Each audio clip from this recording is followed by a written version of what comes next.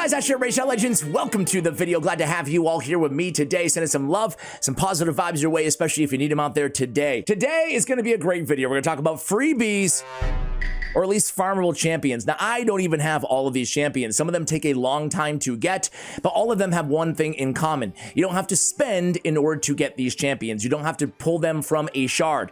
So who makes the list, or what category of champion makes the list, and what category of champion am I not including? Well, A, champions that you just have to pull shards to get are not included.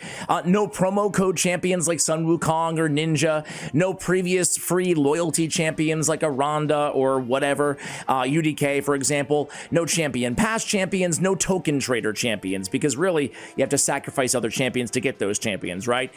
Who is included? Doom Tower champions, arena champions, permanent fusions in the game, daily login champions, mission champions, campaign champions, purchasable champions for like currencies in game like the bazaar or like the clan shop that never go away. All right, let's get to it here, guys. This is a tough list. Tough list. Turns out there's a ton of really good champions in this game that you can just get by playing the game, which is a good thing. A good thing. We complain a lot here, but they give us a lot for free too, which is just further reason that you should set a budget or not spend it all. You don't need to, right? Okay. So before I get to number 20 all the way to ranked number 1. Any guesses on who number 1's going to be? I want to give a quick shout out to any new players out there, right? The top 3 champions I would focus on who are free when starting this game. They're not on the list, but just in case anybody's like, dude, I don't have any of these champions, right? I have no way to get any of these champions because you're just starting out. I still would start out with Kale as my first kind of focus to get to 6 stars. In the beginning of the game, I have an updated beginner's guide if you guys missed that. Probably the beginner's guide I'm most proud of ever on the channel. So check that one out for 2025. And then I would go after Kale. I would farm stage 9. The stage 9, where am I going? Stage 9, the Dreadlands. I would get my hands on a War Maiden, okay? War Maiden's gonna be your debuffer for a good amount of time in this game. And then my third focus after 30 days of playing this game, my third free champion that I would invest in is gonna be High Katoon, the first one that you get after a 30-day login. So that would be kind of my, my compass starting out this game. Kale, War Maiden, High Katoon. Now, you might get other bonuses with download links and stuff like that, but those would be just generally the 3 that I would focus on for all players out there in the game. All right, now to the list. Number 20 on the list, ranked, is going to be Quintus the Triumphant. I'll tell you how to get all these champions as well. Quintus is a champion that you get from playing live arena. So he's the live arena kind of area bonus champion. He looks insane. Very disappointing in his damage in PvP. It seems like he should be, you know, known for being a PvP monster. He's associated with PvP. However, his damage is good, but not great by the time that you get him, right? It's tough to get. We're talking about months of very hard work. But I will say he's actually surprised me in PvE content. Areas like Centranos, he's not that bad, right? He can dish out some damage. He brings his own increased attack and increased crit damage, which is always nice. That means you don't have to have an attack-based kind of setup champion or an increased attack setup champion as well. I throw him in Destroy gear as well for Centranos, and I take care of Scarab King with Quintus. A nice hard hitter, but nothing to really celebrate the way that you should, considering how difficult he is to get, in my opinion. Number 19 on the list is going to be Dark Kale. Now, Dark Kale is, I forgot the number, but I'll look it up in the background here, but he's one of the Doom Tower normal Secret Room champions. So it's a good reason. Him and Archmage Helmet, Ryan the Conjurer, they're all very good. Even Akoth the Seared if you need a burner. But Dark Kale is my favorite out of all of them. So massive honorable mentions to the other ones that I mentioned here.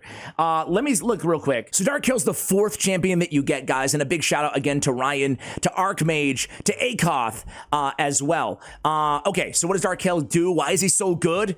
Well, he's nasty. He's going to be an activator on a triple hit on A1. Great for Fire Knight, great for just multi-hits A1 in general, but he's instantly activating 2 poisons or a poison and a burn. Very, very exceptionally good A1 ability, one of the better ones out of every epic out there in the game. An AoE decrease attack as well for damage mitigation, and each critical hit also has a chance chance of increasing the duration of all debuffs on the target. That's very good, especially on an AoE. And then he has the best single target poison ability arguably out there, with 3 poisons and poison sensitivity on a 3-turn cooldown. Not arguably, it is out of the epic champions in the game. So he's the king of poison and activation. That's why he makes the list at number 19. Number 18 is going to be just a straight up nuker. Now, this could probably be a tie, because technically after 431 days, you get Cleoterix. But I like just a little bit better personally. They're very different, even though they're both Spirit Affinity nukers. I like Yannica. Now, Yannica is a champion that you can buy vis-a-vis the fragments, in your clan shop, okay? So definitely buy Yannica. I think she's underrated. Let me go to the clan shop here. I don't spend enough time in the clan shop. As you can see, I hoard here. But champion fragments, you can just buy them for Yannica. You can even buy them if you already have her and empower her, right? But she's a nice, hard-hitting, very hard-hitting AoE specialist from the Spirit Affinity. What I love about her, though, is she plays a perfect veil on herself for 3 turns if the attack is critical on her A2, hits hard, and then an extra turn, which you can lead into an Elven Judgment, a very hard-hitting ignore shield AoE, and then on the A1, attacks all enemies 2 times if this champion is under a veil, which she brings for 3 turns on her A2. You put all that together, you get that really amazing, just raw damage. If you put a Yannica on a team with a bunch of other nukers, you'll be surprised on an AoE situation how much damage Yannica can put out. Really one of the more underrated AoE nukers, I think, out there in the game, especially being Spirit Affinity as well. Number 17 on the list, going to be a permanent fusion, an old school permanent fusion. He's still good. I've been saying he needs a buff, but that's not because he's bad, just because, well, he has a 91 speed, first of all, right? He didn't really age that well in terms of his base stats at all, but his kit is still incredibly good. Even though this is a ridiculously long cooldown, 7 turns, it's still 100% turn meter depletion, which is exceptionally good. But the reason he makes the list at number 17 is because he has a very, very good debuff ability on his A2 for bosses, especially for single target situations. So you get to a boss, you got decreased defense and weaken, big version, same ability, 3-turn cooldown. Really, really solid. He also has a triple hitter on his A1, removing buffs from the target. He has a very, very good kit. He's still worth fusing, I think, for all players out there in the game.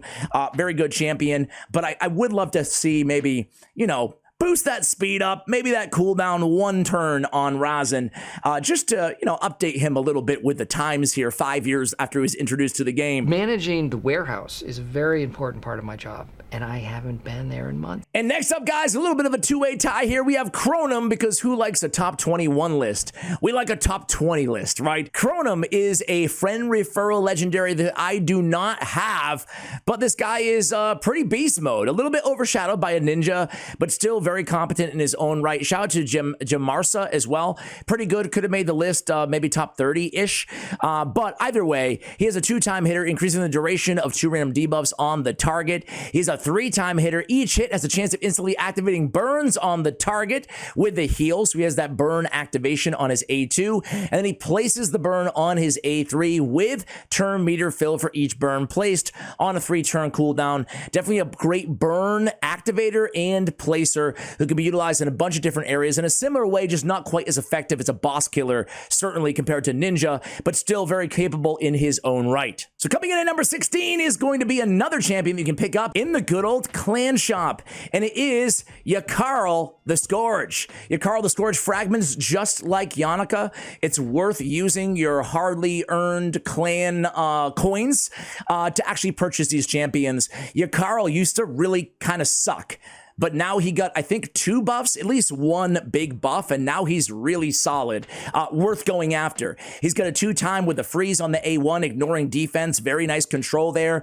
He's got a hard-hitting A2 with a decreased speed, increased speed on himself, and then he has this nice AoE freeze ability on a 4-turn cooldown. It's 100% freeze if the target has 75% or more turn meter, and this debuff cannot be resisted by targets with 75% or more turn meter. That means you can build him to be be a nuker without a ton of accuracy if you want to, and kind of use him as your opening move in wave content, as a control, as a damage dealer, and in the arena, especially for progression, just when you're trying to farm your Great Hall. So they did a really good job on him. He also has the Lord of Ice passive, which is also interesting. Increases his damage, based on the freezes. Also decrease the damage he receives based on the freezes, and an unkillable whenever an unkillable on this champion for one turn whenever they kill an enemy while under freeze. So beautiful freeze synergy. Again, he's a champion worth going for after his buffs. Underrated sometimes when champions that previously sucked get buffs. People still, I feel like, in the in-game ratings, they don't reset or anything like that too. So he is worth going after. He's a solid champion. Now at number 15, guys, we have a Bazaar champion, a tag team Bazaar. It gives you another reason to do your tag team arena battles every day, other than just doing them for the faction war keys, right? Or the crypt keys. Hello, it's me. Drexstar Blood Twin is still good, even after all these years. He's still one of the best burners out there, especially for progression, especially for Doom Tower progression. You can use him in all sorts of situations like the Frostbiter. Where the heck am I going here? Let's take a look at Drexstar. He's really good because he's tanky. He brings sustainability. He's healing himself on this A1, so he's easy to keep alive on a triple hitter. He actually brings underrated control on an AoE provoke on his A2, but really, he's placing the burn when he's attacked. Super nice, just overall unique kit still to this day to have that passive burn with a lot of defense and self-sustain on that A1. So a great solo champion, a great boss killer, and burn is so essential in so many areas of this game that he's definitely worth going for. Again, give you a reason to go into the old tag team arena. Welcome, welcome. Coming in at number 14 is going to be Ramen 2 Drake's Blood. Very good champion, guys. He is a after Arbiter. You can choose to go after Marius or Ramen 2. Actually, you can do them both at the same time. These are the mission champions, and they're both worth going for. The other one's going to be on the list a little bit higher than number 14. He has so many debuffs on his A2 that makes him great for Chimera. It makes him great in general, but he also places a block active skills on an AoE. That's great in a feral set to protect him from sheep inside the arena. Passive skills have become one of the most powerful things in all of Raid Shadow Legends, and my man can negate all of that with his A3 ability. A very unique kit. He's bringing so many debuffs, good for bosses. He's really solid, worth emphasizing after you get your Arbiter, right? I would try to tackle Ramen 2 and Marius at the same time. Don't make the mistake that I did and slack off on your champion missions. The old sad story. Number 13 is Demon Spawn, mythical champion. He is an Amos champion, or I should say a Centranos Cursed City champion, and is Carnage the Ankarge. Carnage is a polarizing mythical champion. Some people love him, some people hate him. I'm somewhere in the middle. I rank him number 13 overall. I love that he has buff removal. He can deal some big time damage. He has the highest base attack in the game on his alternate form at 1960. Unfortunately, the multipliers just aren't exactly there, but he still is a force to be reckoned with. If the target is killed by the skill while under 3 or more debuffs, plays a block revive. You have to be very careful of that, especially in the arena. He's seeing more usage inside the arena. He has all kinds of things in his kit that really help make up for maybe the lack of damage overall. He's not my favorite damage dealer in PvE situations, but he can definitely be a complementary part of your team. And, well, eventually you're going to focus on Cursed City anyway in Centranos because, well, it's free. It's one of the rare things in this game that you don't have to use your resources to farm. So Carnage comes in at number 13, a very capable damage dealer and a very nice kind of disruptor. He also has block passive skills, block active skills. So if you use him right, if you play around with Carnage enough, you can really take advantage of his kit, and I think he is above average, even though some people throw some shade his way. Coming in at number 12 is going to be Scylla the Drakes. So we go from Carnage to Scylla the Drakes, an old school legendary champion, but hear me out, she's still very good. You get her after 180 days for free. At the time that you get her, she's going to be a big difference maker in most accounts out there. She has a decreased speed. She has an AoE stun, great control. For the decreased speed is essential for almost every boss boss in this game. If you're having problems progressing anywhere in raid or just min-maxing your damage in the end game anywhere in raid, bring a decrease speed debuff. Good control on her A1, great control on her A2. She's got the revive with the ally protection. She's got the increased speed on a random ally on her passive, and she's got a nice heal on the passive as well, a la an Elva or a Sifi. Very good overall champion. She's tanky as well, almost 1400 on the defense, almost 20k on the HP. She's a great support that you're going to use for a long time on your account. Coming in at number 11 is going to be Euros, the Soul Cage. Now, I am higher on Euros than many are out there in the game. He is a Doom Tower hard champion. You get him, where is he? He's the second champion you get after Thea the Tomb Angel, which is really, really nice. Now, I really like this dude. He has great control on his A2. He has decreased speed and stun if they're under a certain amount of poisons. He has an amazing support ability on his A3. This is 75% damage mitigation for everybody. It's a strengthened big version and an ally protect, mitigating 50 plus 25% of damage, all on a 3-turn cooldown. It's great to keep your team alive, and he's a solo monster in areas like the Scarab King, right? You don't have to worry about the destroy gear that we were talking about with Quintus. He's just going to place those poisons at a 75% clip on his passive. He also brings a nasty provoke when an ally is attacked while under a strengthened buff. Has a 75% chance to provoke the attacker with no cooldown. That's amazing control. He's very underrated. He's super tanky, almost 25k on the HP.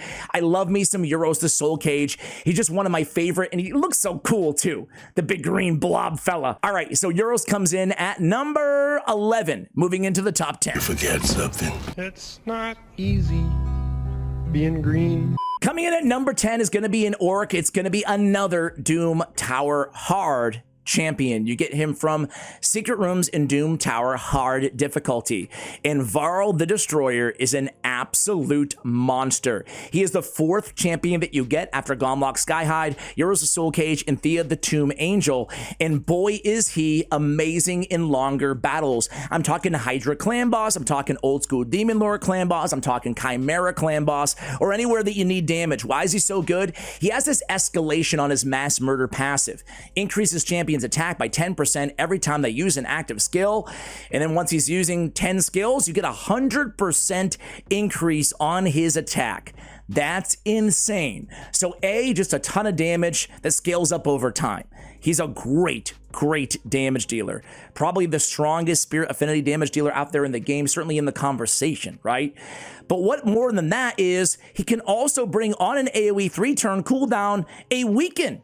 He also brings a decreased attack to those enemies who receive a weaken. So now a decreased attack and a weaken, that really alleviates the necessity for you to bring a Venus or a Yaneshka or a Lydia on every team, a champion that has the decreased defense and a weaken. He can bring the weaken and somebody else can bring the decreased defense. There's a lot of AoE decreased defense champions, not a lot like the Bellinors of the world that bring both. So now my man can cover your weaken on a 3-turn cooldown and cover your DPS. That's a lot. And the decreased attack, the damage mitigation, right? He's bringing a hell of a lot to the table, more than just an insanely good nuker, which he certainly is. That's why he comes in at number 10. Number 9 is going to be a dark elf, and it's Vizix the Unbowed. Vizix is super underrated. I mean, she might be underrated here at number 9 on the list, but all the champions from here on out are going to be exceptionally good. She has great turn meter control on her A1. She used to suck, by the way. She used to be one of the most disappointing champions in the game. She's the 270-day login reward champion, by the way. So a little under a year, and you get your hand on Vizix. Everybody will get her, and almost everybody's going to be able to use her unless you're just spending thousands a week, right, on this game. She's got great turn meter control on the A1. On the A2, it's an AoE 3-turn cooldown. Same thing with her A3. She brings a decreased speed on an AoE. We just talked about how valuable that is. She also brings 50% ally protect on her A2. I said A3 or A2. There we go.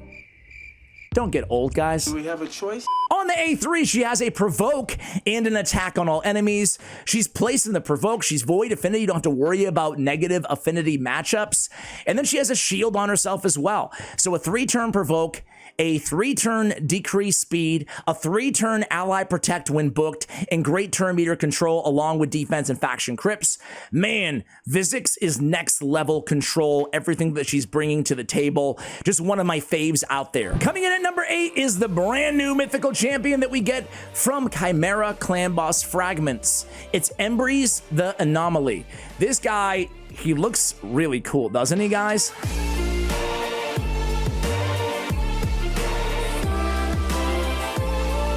I like his base form here, but man, his alternate form, that gets just I mean, this guy looks disgusting, doesn't he? In a good way, in a very good way.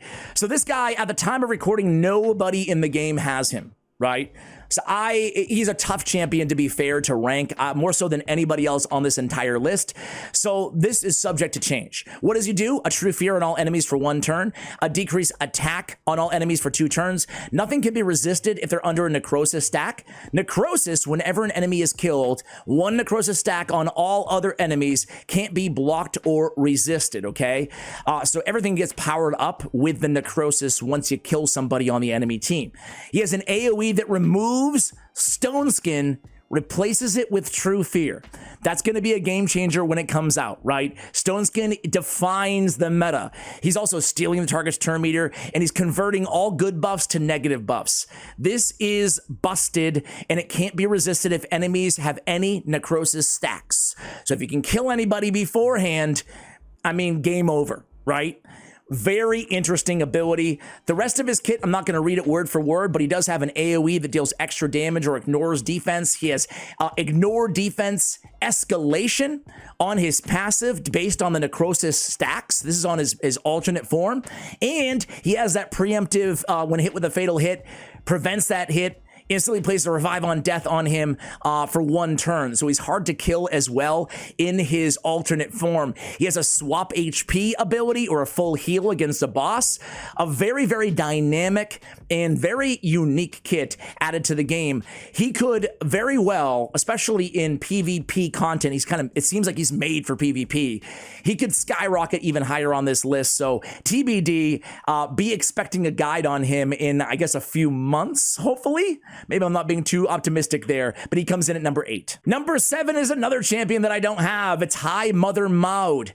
I don't know why, but some people are not very high on her. I am exceptionally high on her. I think she's insane, even though I haven't played her. You know, like, just look at the kit. It's really busted. On her A1, 100% chance to place an increased attack on the ally with the highest attack for 1 turn. That's very nice with a decreased attack as well, because sometimes the increased attack could fall off your nuker. So it kind of covers for that. It's only 1 turn, but it's a nice addition to an A1.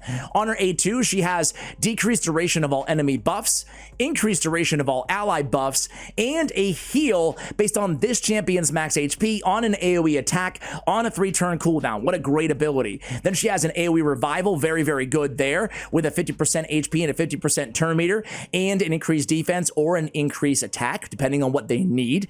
On a 4-turn cooldown, very short cooldown. And then she has a Tawana Rock passive. She has the built-in cleanse, removes a random debuff from all allies at the start of this champion's turn, with the continuous heal on the ally with the lowest HP. Very strong kit.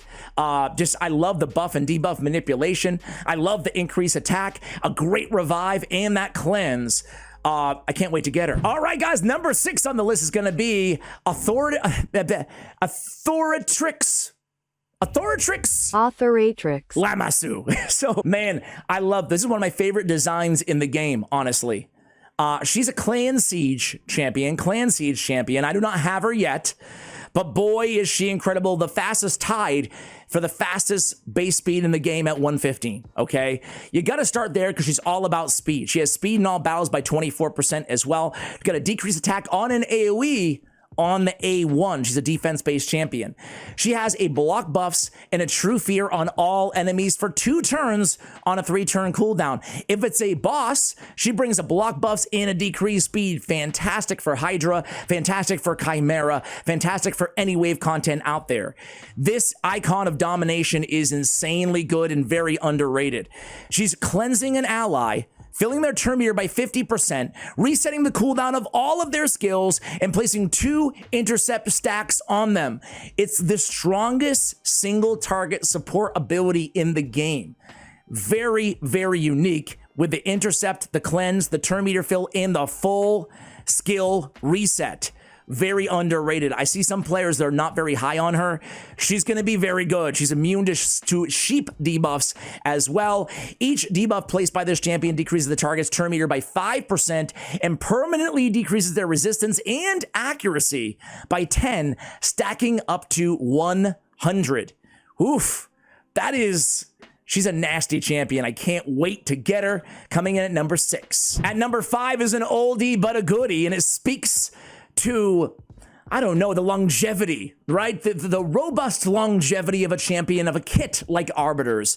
So insanely good. Still to this day, I have no qualms about putting her inside the top 5. She has speed in arena battles by 30%. She's still the quintessential arena lead champion, right? She's an Arbiter mission champion, your first kind of missions category of champion that you unlock, and she's absolutely worth going for. And you want to go for her, even if you pull her, you get lucky and pull her early game like I did, you still want to go for the missions so you can unlock Marius and Ramen too. She's got a double turn meter boost, one of the best attack nuker setups in the arena. Just one of the best setups in the arena with the turn meter fill, the heal, and the increased attack. Fantastic in all areas of the game. 3 turn cooldown, amazing turn meter boost. She has another 20% turn meter boost that you can use without the revive, or you can revive, get the turn meter boost, and then get the extra turn. She has an A2 ability where she's decreasing the duration of all enemy buffs. Great against Hydra, great against wave content, great in the arena because it's polymorph proof.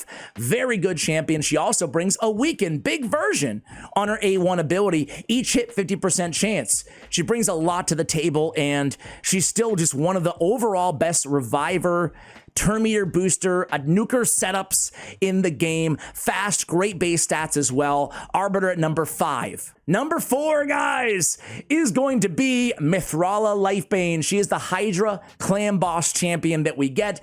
And more, man, she is worth, you know, even if your early game, as soon as you unlock Hydra Clan Boss, she's worth focusing your time and attention to working on your Hydra Clan Boss teams, because you'll get her fragments, and she's one of the best support champions out there in the game.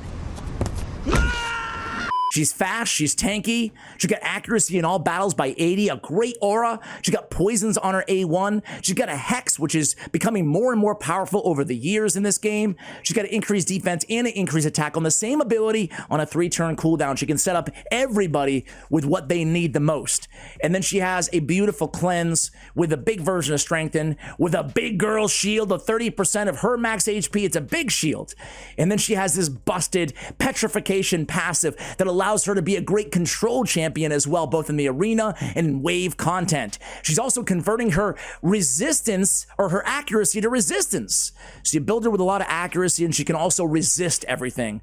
She's a really fun champion. I just released an updated guide on her with a very sneaky, unorthodox build. In case you guys missed it, it was like 1 or 2 videos ago. I'll try to remember to link it, or you can just check it out on my YouTube channel. Either way, Mithrala comes in at number 4. I can't believe I'm ranking this champion at number 3. It seems criminal, but I am. It's Lady Mikage, the permanent mythical fusion inside the game. Oh, she's hard to get. You need to fuse 2 legendaries along the way. But man, oh man, Lady Mikage is so ungodly good. I mean, with the top 3 champions, frankly, you can just make the case that they're the best at what you need, right? They're all quite different. So it could be a 3-way tie, but Mikage is next level. She has the best ally attack in the game. Increased attack and increased crit damage. No one else has the increased attack on the ally attack. She has it on a 4-turn cooldown. Very, very, very good.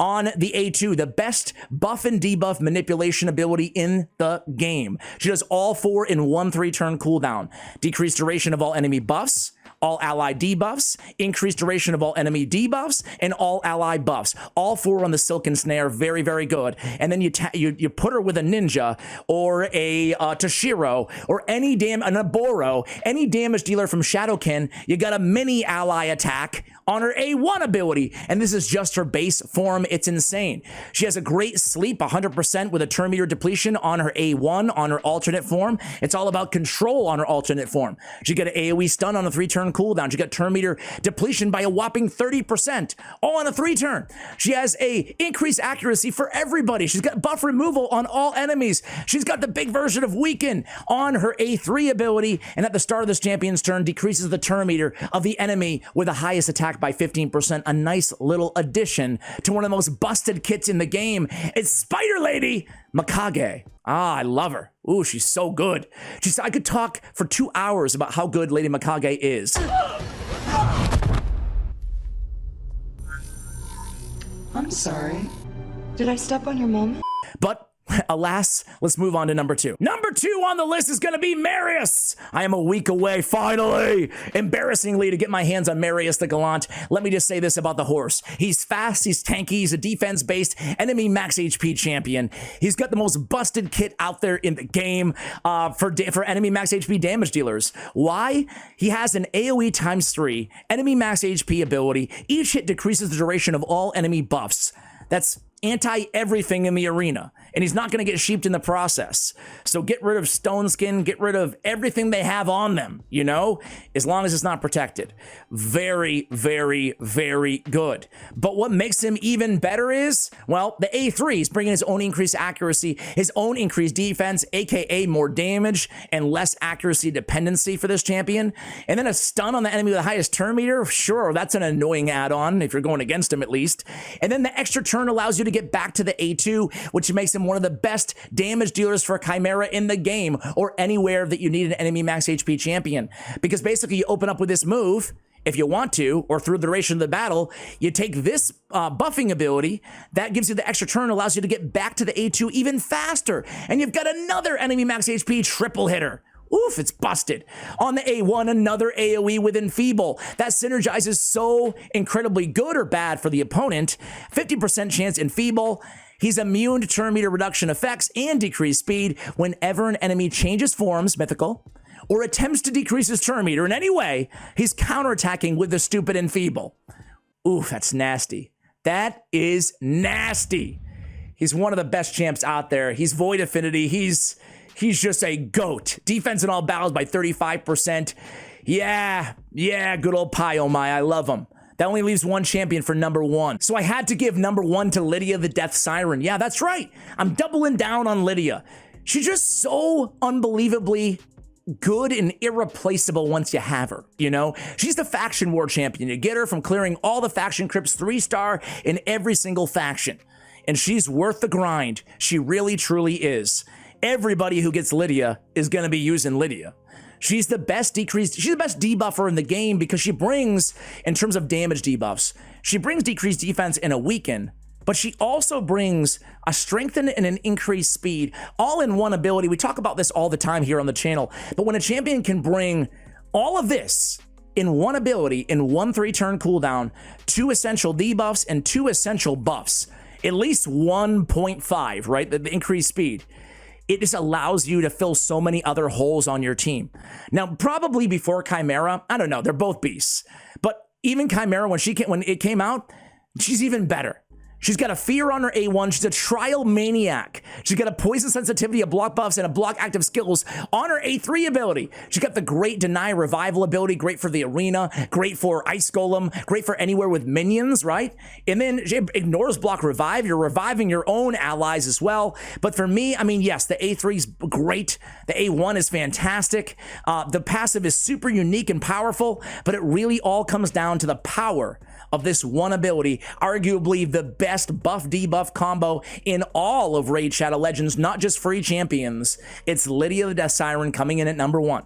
Where do you agree with me on the list? Where do you disagree with me on the list? And who did I snub on the list? And who would you take out? Let me know in the comments below. Thank you for watching till the end of the video. And as always, take care, guys.